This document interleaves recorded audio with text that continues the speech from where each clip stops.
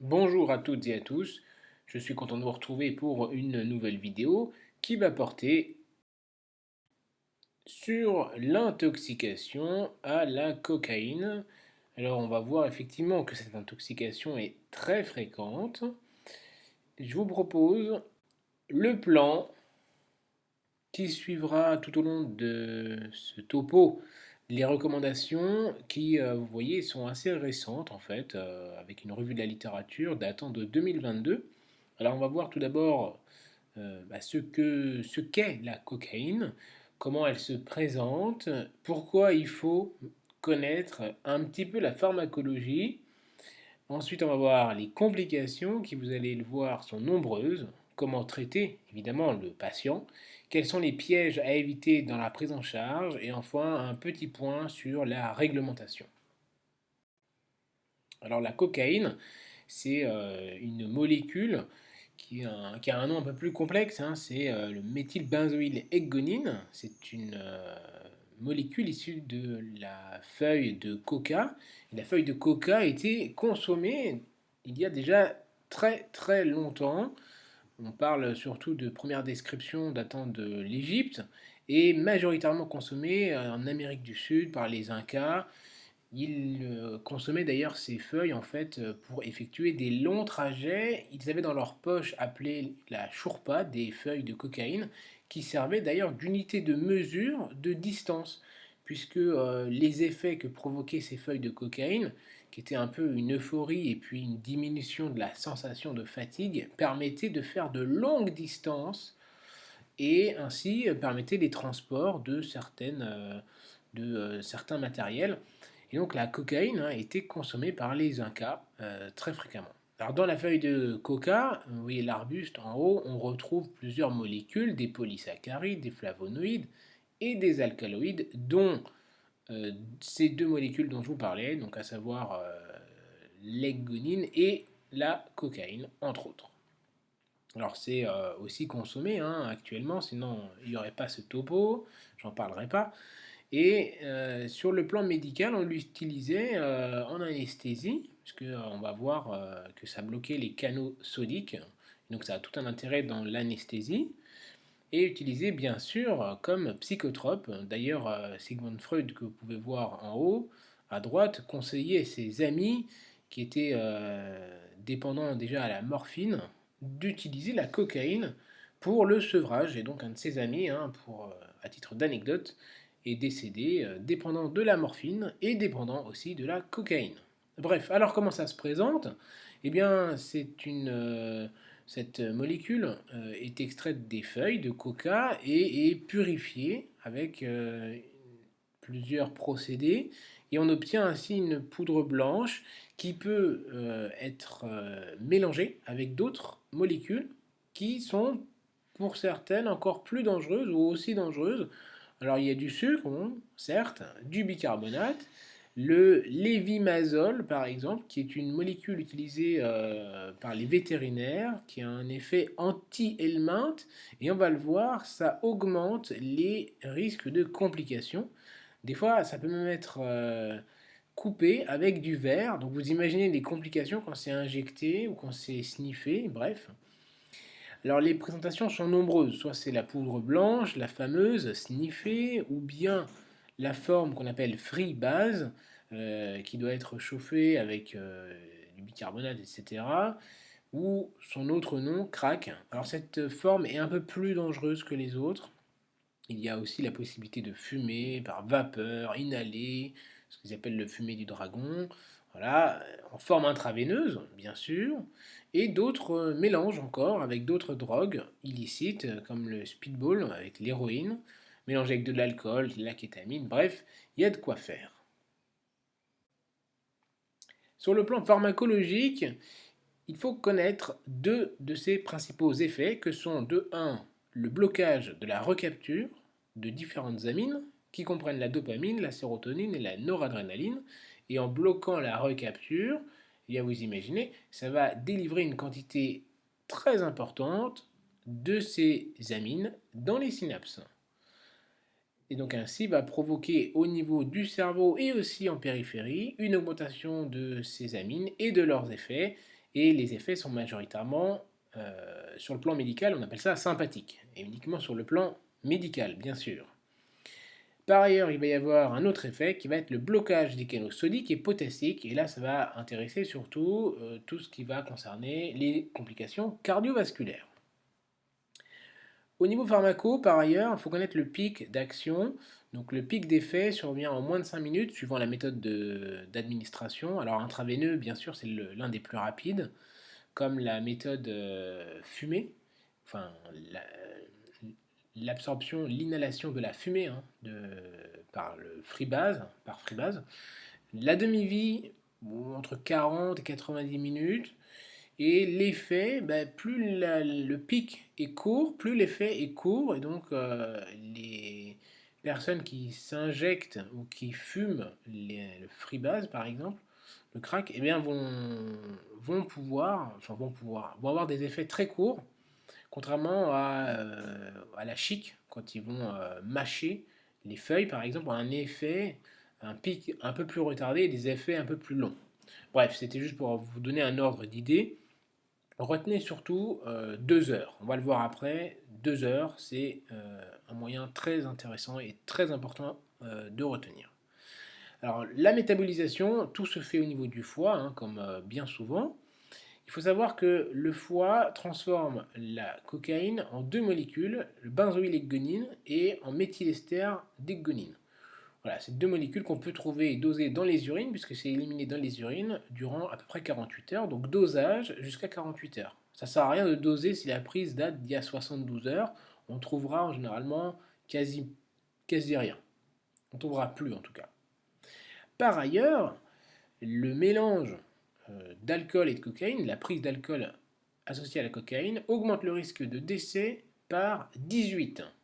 Gardez-le en tête puisque ça permettra au moins de facilement statuer sur la gravité et le pronostic du patient.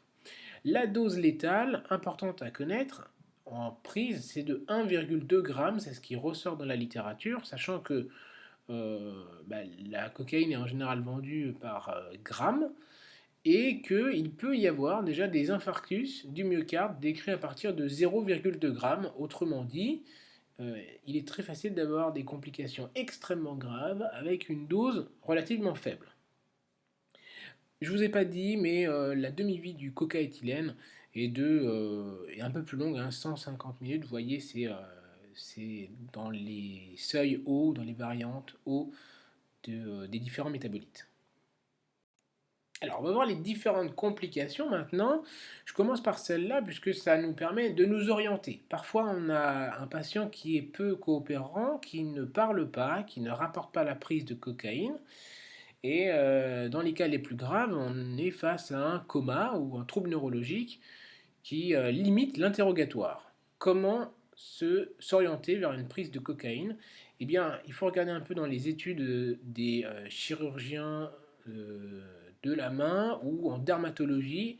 Et en fait, on peut constater plusieurs choses. Ce qu'on appelle le crack hands, c'est cette configuration des mains avec des petites excoriations, des petites formations au niveau des pulpes de la main. Ça, c'est quand la personne fume par inhalation la cocaïne. C'est la pipe qui est utilisée pour fumer en fait. Et donc ça provoque des brûlures et on peut constater au niveau des pulpes de la main ces petites excoriations en fait. Il faudra penser à ce moment-là à la cocaïne. Par ailleurs, il y a aussi une triade qui est décrite. Alors c'est l'aspect de perniose que vous pouvez voir sur la photo du milieu avec les mains et l'ongle en bec de perroquet.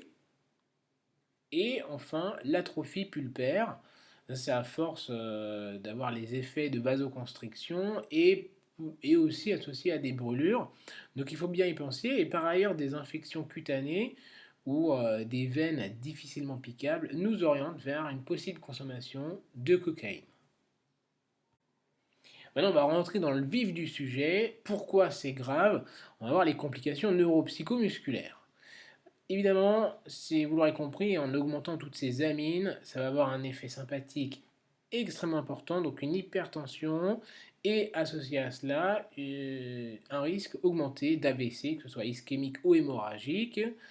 On décrit aussi des presses, donc c'est-à-dire une leucoencéphalopathie postérieure réversible.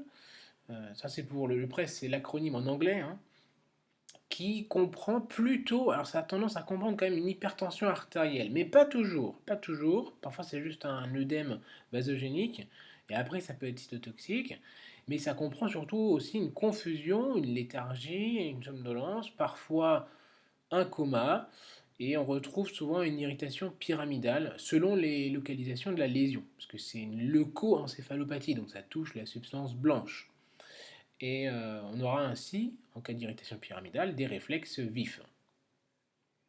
Il faut penser aussi aux effets légers, on va dire, comme la céphalée, les convulsions. Alors, convulsion, c'est un signe qu'il faut absolument ne pas méconnaître. Ça peut être, entre guillemets, bénin, hein, même si c'est jamais bénin, une prise de cocaïne. Mais il faut absolument penser à une chose, c'est convulsion plus prise de cocaïne. Est-ce qu'il n'y a pas de la cocaïne intra-abdominale, c'est-à-dire body packing? Extrêmement important. Sur le plan clinique, on note par ailleurs une mydriase, ça c'est fréquemment décrit. C'est pas associé à la quantité de prise, hein. C'est pas parce qu'il y a une mydriase qu'il y a une quantité extrêmement importante de cocaïne.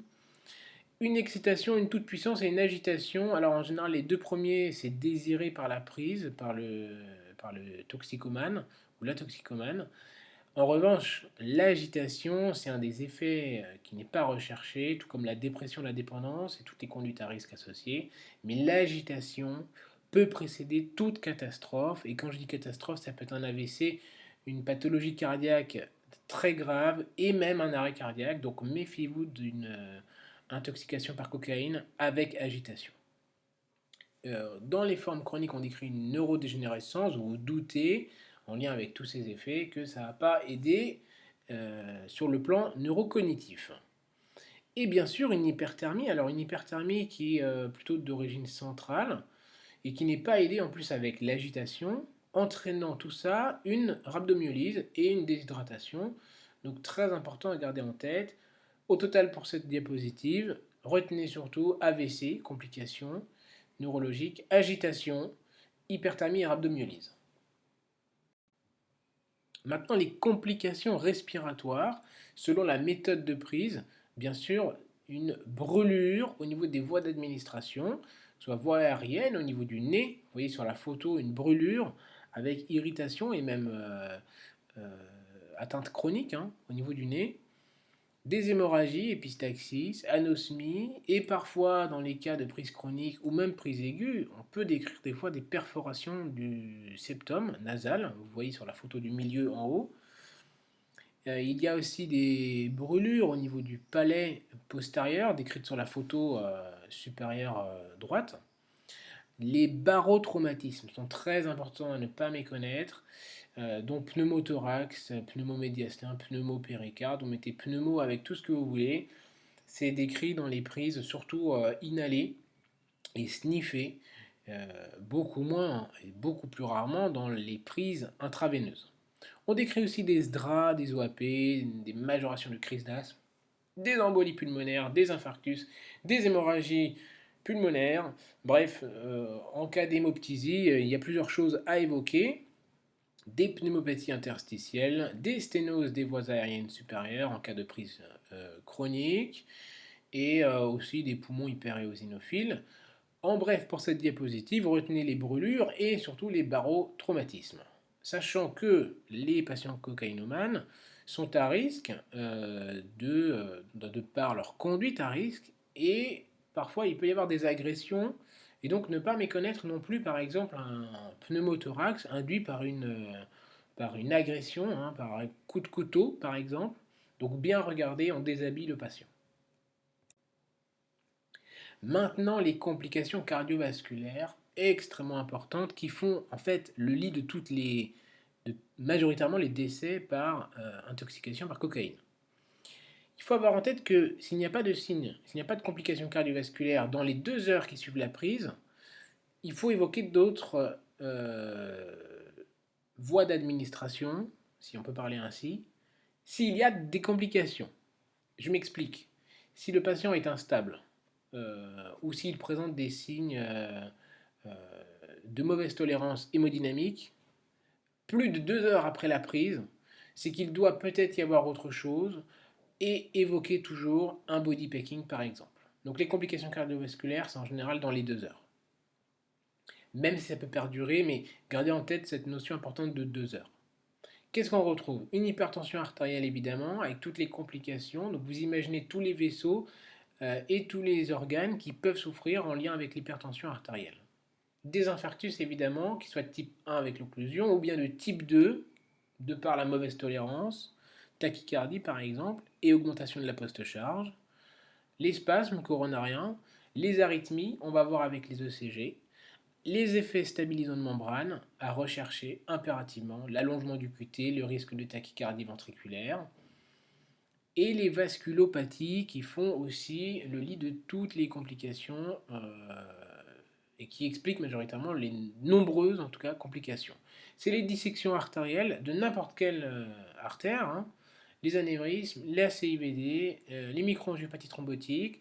Donc on peut retrouver une hémolyse avec une anémie, il faudra l'évoquer, ou même une hémorragie, euh, qu'elle soit extériorisée ou non. Donc se méfier, une hémoglobine qui est basse chez le cocaïnomane, ça peut être une microangiopathie thrombotique, ça peut être un saignement, donc restez très vigilant.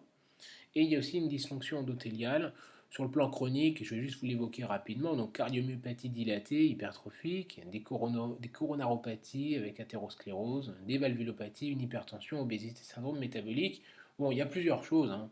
Vous voyez sur les images une occlusion coronaire en haut, une embolie pulmonaire euh, au milieu à droite, et puis en bas à gauche, c'est une dissection au niveau de l'aorte, et la cardiomyopathie dilatée à l'échographie transthoracique en bas à droite.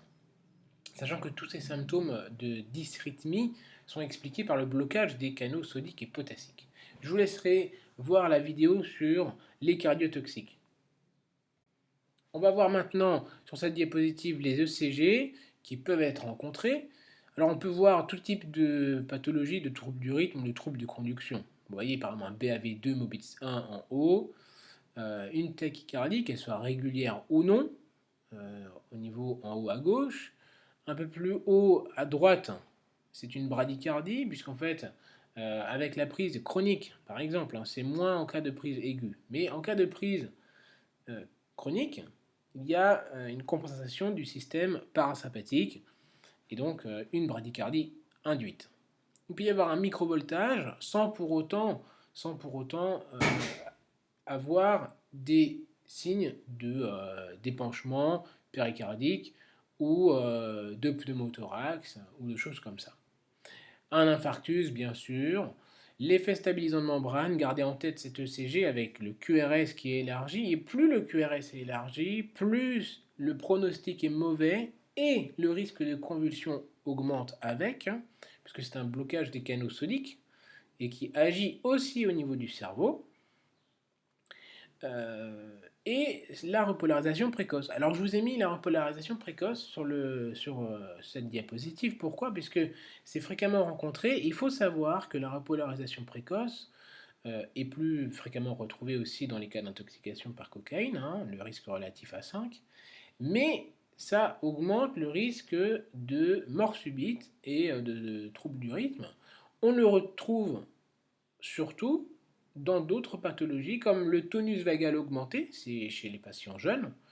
C'est pour ça qu'on peut le retrouver chez les hommes jeunes ou les patients jeunes, hein. En cas d'hypercalcémie, en cas de myopéricardite, d'infarctus, en cas d'hypothermie, c'est la fameuse ongie d'Osborne, en cas de prise d'antidépresseurs et en cas d'hypertrophie ventriculaire gauche. Retenez aussi par ailleurs que le petit crochetage, ce qu'on appelle le notch à gauche, est plus grave que l'aspect un peu empâté de cette onde J. Voilà pour les ECG. Les complications rénales, bah oui, on continue dans les organes. Il y a des insuffisances rénales, qu'elles peuvent être fonctionnelles, en lien avec les troubles vasomoteurs. Les complications organiques, de l'insuffisance rénale, qu'elle soit vasculaire par dissection, CIVD, thrombus, MAT ou infarctus rénal, vous voyez l'image en haut à droite, tubulaire, en cas de rhabdomyolyse bien sûr, c'est assez fréquent, et des entités un peu plus rares. Je vous l'ai marqué parce qu'il faut quand même l'évoquer. Alors, insuffisance rénale aiguë interstitielle, induite par la cocaïne en elle-même, et des glomérulopathies, tous les syndromes néphrotiques, et c'est surtout décrit en cas de mélange avec du lévamisole, donc quand la cocaïne est mélangée avec du lévamisole. Il y a des causes obstructives, oui, pourquoi pas, aussi. On continue toujours, complications hépato-digestives cette fois-ci. Alors oui, hépatique, puisque je vous ai dit que c'était métabolisé par le foie, et c'est un organe qui est un émonctoire, donc permet l'évacuation de la cocaïne. Et donc euh, si une insuffisance hépatocellulaire, bah, bien sûr, ça va majorer les complications. Vous voyez que ça donne plutôt une nécrose hépatocellulaire, centrolobulaire. Euh, je ne rentre pas dans le détail, mais ça atteint plutôt ce qui est autour, on va dire, hein, des veines centrolobulaires, puisque c'est la zone qui est moins bien vascularisée, et, enfin, qui bénéficie d'un apport en oxygène moindre par rapport à la branche de l'artère hépatique, qui est symbolisée en rouge, donc qui va venir distribuer l'oxygène au fur et à mesure en direction de la veine centrolobulaire. Et cette veine centrolobulaire, elle va communiquer in fine vers le cœur, et s'il y a une insuffisance cardiaque, ça va refluer, congestion au niveau de la veine. Donc vous imaginez s'il y a une congestion qui se situe au niveau de la petite étoile jaune, plus un apport en oxygène qui est déjà un peu moindre par rapport à cette artère hépatique, eh bien ça va favoriser l'ischémie, donc plutôt centrolobulaire. Ça peut donner des stéatoses chroniques et des vasculopathies, je vous en ai parlé, donc colite ischémique, vous voyez schématisé sur le scanner du milieu, et des perforations en cas de body packing. Enfin, les coloscopies peuvent montrer en cas de colite ischémique, vous voyez cet aspect un peu dépourvu d'une muqueuse bien rosée à gauche, puis blanchâtre, dévascularisé, et après en grade 3 complètement nécrosé, hein. Donc les complications hépatodigestives aussi présentes. C'est bientôt terminé pour toutes les complications. Complications infectieuses, bien sûr, partage de matériel, donc VIH, VHC, VHB à risque, et donc toutes les complications surajoutées à ces infections. La méthode de prise peut engendrer des abcès, une bactériémie, des endocardites, des pneumopathies, bref, entre guillemets, il y a le choix. Et le contexte social doit vous faire évoquer aussi d'autres pathologies qui se surajoutent, comme les mycobactéries, qui comprennent bien sûr la tuberculose, avec cette image radiographique, méfiez-vous, et d'autres pathogènes opportunistes. Et enfin, si ça gratte, je vous l'ai mis accessoirement, mais il faut penser aussi à la gale, par exemple, hein. Donc beaucoup de complications. Après avoir fait le tour de toutes les complications, il faut donc traiter le patient. Comment le traiter? Sachez qu'il n'y a pas d'antidote. Il n'y a pas d'antidote pour traiter l'intoxication à la cocaïne, mais des vaccins qui sont en cours d'essai depuis quelques années, déjà depuis une bonne dizaine d'années, qui semblent parfois efficaces pour limiter les rechutes en tout cas et les effets de la cocaïne. Mais donc, la prise en charge sera symptomatique avec une sympatholyse, puisque je vous ai dit, avec le relargage de toutes ces amines, ça va augmenter le système sympathique. On va utiliser une benzodiazépine assez connue, le Valium peut très bien faire l'affaire, que ce soit Péros ou IV. Lutter contre l'hyperthermie qui va majorer toutes les complications en refroidissant le patient. Une hydratation très importante, surtout en cas de rhabdomyolyse, mais même en cas d'intoxication, avec peu de complications. Il faut bien hydrater le patient. S'il y a une ischémie quelle qu'elle soit, oxygène, aspirine plus ou moins selon l'étiologie, euh, du NO, alors le Risordan est assez connu pour ça. C'est assez intéressant puisque c'est très vasoconstricteur, l'intoxication par la cocaïne. Remplissage important pour apporter un débit suffisant de perfusion pour les organes. L'effet stabilisant de membrane traité par bicarbonate, 8,4%. Pardon. La tachycardie, on peut utiliser un bêta-bloqueur vasodilatateur, qui est l'abétalol. Allez voir la vidéo cardiotoxique, j'en parle et j'explique pourquoi. C'est d'ailleurs l'un des seuls à utiliser. Et sinon, des inhibiteurs calciques bradycardisants, donc le verapamil peut être utilisé. Verapamil, isoptine ou tildiem, ça marche aussi. Et en cas d'hypertension artérielle, les inhibiteurs calciques tels que le Loxène et d'autres antihypertenseurs peuvent être combinés si l'hypertension est euh, très sévère. En cas d'infection, pensez à cibler aussi les staphylocoques, plus ou moins le SARM. Pensez aussi au VIH, très important. Je voulais juste rajouter par rapport à la sympatholyse que certaines études discutent de l'intérêt du propofol. Alors c'est à manier avec précaution, bien sûr, mais c'est très intéressant. Et certains pourraient préconiser aussi l'utilisation de risperidone, 1 mg, ou bien de l'aldol à 10 mg. Ça peut être aussi utilisé. Quels sont les pièges à éviter? Eh bien, gardez en tête que s'il y a des signes cardiovasculaires à plus de 2 heures, il faut évoquer un body packing. Évitez les vasoconstricteurs, bien sûr, les antidépresseurs tricycliques, les anesthésiques locaux, puisqu'ils fonctionnent sur le blocage des canaux sodiques en général. Donc c'est suffisamment bloqué par la cocaïne. La kétamine à éviter aussi. Éviter les amines, je vous l'ai dit.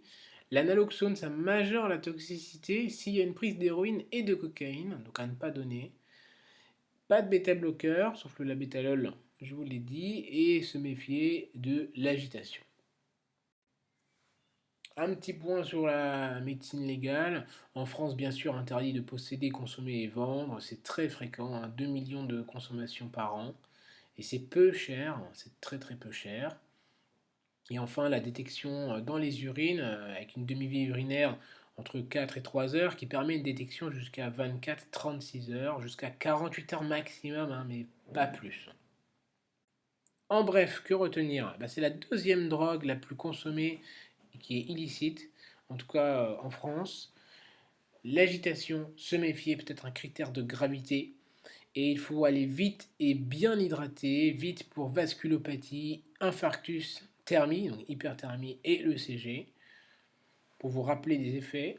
Évitez d'aggraver avec les médicaments ou les amines, par exemple. Utilisez bien donc benzo et inhibiteur calcique si besoin, et hydratez pour le NaCl. Voilà, on arrive à la fin de la vidéo, j'espère qu'elle vous a plu. Si c'était le cas, ne manquez pas de vous abonner, de cliquer sur la cloche des notifications pour ne pas rater les prochaines vidéos, de mettre un pouce bleu si ça vous a plu bien sûr. Et il ne me reste plus qu'à vous dire de prendre soin de vous et de vos patients bien sûr.